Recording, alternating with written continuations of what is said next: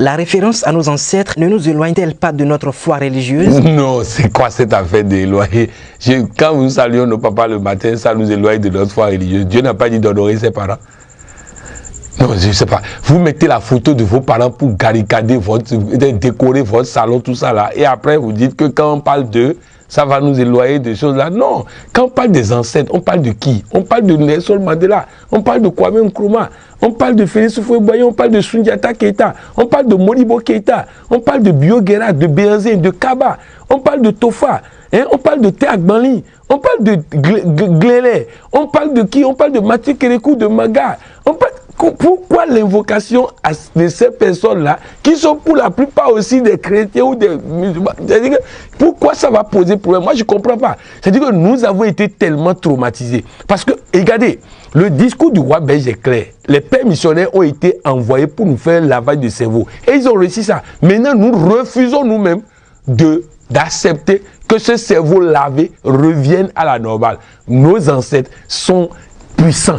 Ils ont fait des choses exceptionnelles et ils continuent de faire des choses exceptionnelles de là où ils sont. Quand on parle des forces métaphysiques, nos ancêtres sont dedans et les dévaloriser, ne pas les reconnaître. Maintenant, quand on dit qu'invoquer nos ancêtres serait un éloignement à notre foi, le catholique parle de Catherine, de Ampadu, de qui encore, de Matthieu, de ceci, tout ça. Et ces ancêtres des autres, ça ne pose pas problème. Mais nos ancêtres à nous vont poser problème. Il y a ce qu'on appelle la litanie des saints dans l'église catholique, où on répète le nom des saints pendant des heures. Ça veut dire qu'on est en train d'invoquer les décès, les ancêtres, les soi-disant morts des autres. Et nos parents qui nous aiment, dès qu'on parle de ça, ça va nous éloigner de notre foi religieuse. Non. Quand vous prenez l'évangélique ou le protestant, il est tout le temps en train de parler d'Abraham. Il est mort. D'Isaac, il est mort. De Jacob, il est mort. C'est l'ancêtre des Juifs. C'est l'ancêtre des choses-là. Maintenant, c'est pas mauvais de les invoquer. Mais pourquoi je vais les invoquer eux et ne pas invoquer mon père, mon grand-père, mon arrière-grand-père, qui m'aiment, qui m'ont toujours aimé, qui m'ont toujours protégé de leur vivant? Non, les amis, arrêtez ça. Arrêtez ça parce que vous n'êtes pas plus chrétien que quelqu'un. Vous n'êtes pas plus religieux que quelqu'un. Alors calmez-vous véritablement et retrouvez votre tête et réfléchissez à votre tête. Les morts ne sont-ils pas morts?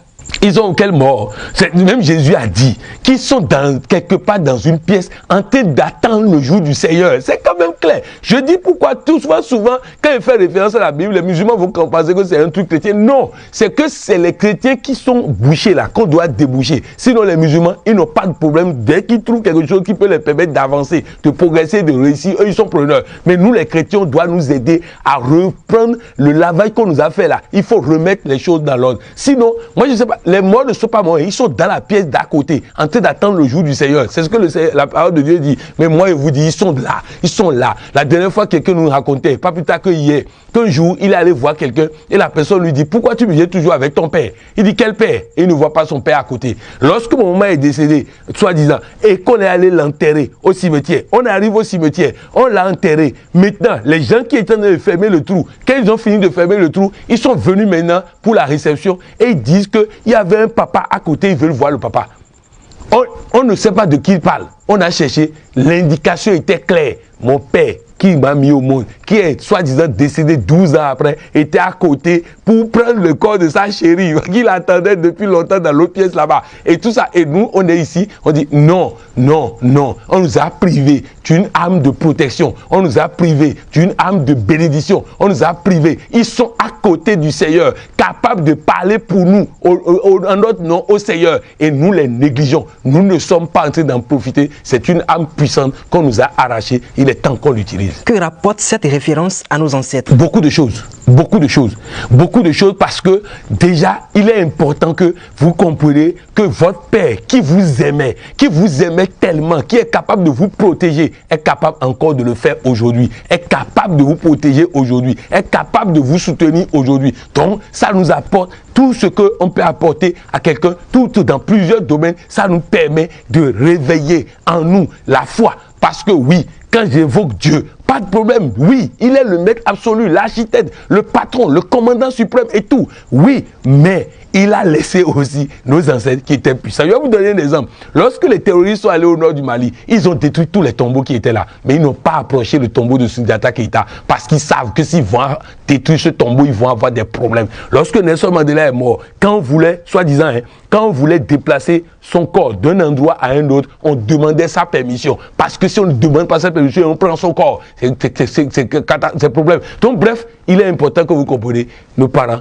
ils nous aiment, ils nous aident, ils sont là, ils nous observent. Et quand mon maman, soi-disant, était décédée, on est allé à l'église et je faisais le discours. Les sorciers là étaient déjà venus pour guetter les enfants qui vont prendre. Et j'ai pris la parole. Il dit, maman me dit de vous dire que si pendant qu'elle était dans la pièce principale, où elle était moins puissante que maintenant, vous n'avez pas tué un de ses enfants de là où elle est là. Si vous tentez quoi que ce soit, elle va vous détruire un à un. Elle va vous chicoter, vous allez voir. Et les respirations ont changé parce qu'ils ont compris que la danse a changé. Et personne n'a osé faire quoi que ce soit contre mes soeurs et moi depuis que maman est partie. Parce que nos parents sont dans la pièce d'à côté, en train de veiller sur nous. Quand je voyage, mon papa voyage avec moi, ma maman voyage avec moi. Et sous Douagonvé, sous Grino, Wakimeti, mon arrière-grand-père, à Gonversou, il voyage avec moi. Donc tous ceux-là voyagent avec nous. Chacun de vous, vos parents voyagent avec vous parce qu'ils vous aiment tellement qu'ils ne peuvent pas vous abandonner. Dans quel domaine utiliser cette formule? Dans tous les domaines. Aussi vrai que Dieu est Dieu, mes ancêtres sont puissants et je suis en parfaite santé. Aussi vrai que Dieu est Dieu, mes ancêtres sont puissants et je suis heureux dans mon foyer. Aussi vrai que Dieu est Dieu, mes ancêtres sont puissants, j'ai un enfant. Aussi vrai que Dieu est Dieu, mes ancêtres sont puissants et je suis riche et très riche. Aussi vrai que Dieu est Dieu, mes ancêtres sont puissants, je réussis à ce concours. Aussi vrai que Dieu est Dieu, mes ancêtres sont puissants, j'ai un emploi au plus tard à la fin du mois. Aussi vrai que Dieu est Dieu, mes ancêtres sont puissants, je réussis ma mission. Aussi vrai que Dieu est Dieu, voilà. Aussi vrai que Dieu est Dieu. Si Dieu est Dieu, il est obligé de veiller sur cette parole pour l'accomplir afin de toujours demeurer Dieu. Et si mes ancêtres sont puissants, ils doivent le démontrer à travers la suite. Aussi vrai que Dieu est Dieu, mes ancêtres sont puissants, je suis heureux, en parfaite santé, riche et comblé. Aussi vrai que Dieu est Dieu et mes ancêtres sont puissants, je vis longtemps et très longtemps. Aussi vrai que Dieu est Dieu et mes ancêtres sont puissants, je retrouve ma santé, je retrouve ma vigueur, je retrouve ma joie, je retrouve mon bonheur, je retrouve ma... Voilà de quoi il s'agit. Dans tous les domaines, vous pouvez l'utiliser. Votre mot de fin?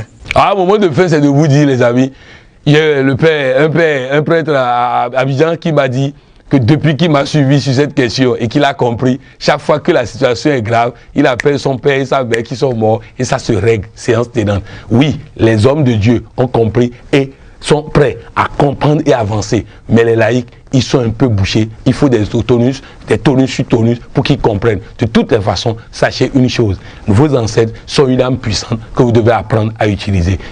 Thomas Sankara, oui, c'est vos ancêtres. Voilà le seul. Patrice Lumumba, Sylvanus Olympio, voilà de qui on parle lorsqu'on parle de vos ancêtres. Des hommes puissants, des hommes célèbres. Kanga Moussa, l'homme le plus riche de tous les temps, qui a 10 fois plus d'argent que Bill Gates. Voilà, c'est de ceux-là qu'on parle, quand on parle de nos ancêtres. Alors, ressentez, quand vous allez à la basilique de Yamoussoukro, allez vous asseoir dans le fauteuil de Félix Houphouët-Boigny. Prenez quelques minutes là. Quand vous allez en Afrique du Sud, allez dans la prison où Nelson Mandela était. Passez quelques minutes là. Et quand vous avez la chance d'avoir la chambre de vos parents, soi-disant décédés, allez dans leur chambre. Passez quelques minutes là et vous allez voir. Vous vous rappelez dans le temps, lorsque nos parents décédaient, les habits qu'ils laissaient, quand quelqu'un, un enfant, se sent mal, on prend un paille de la personne décédée, on le couvre avec ça. On a abandonné toutes ces pratiques parce qu'on a dit tout ça là est diabolique. Non, ce n'est pas diabolique. Dieu a créé l'être humain et Dieu vit en chacun de nous. Et quand nous utilisons ces gens, nous utilisons Dieu en chacun de nous. Et voilà ce que je voulais dire comme mot de fin.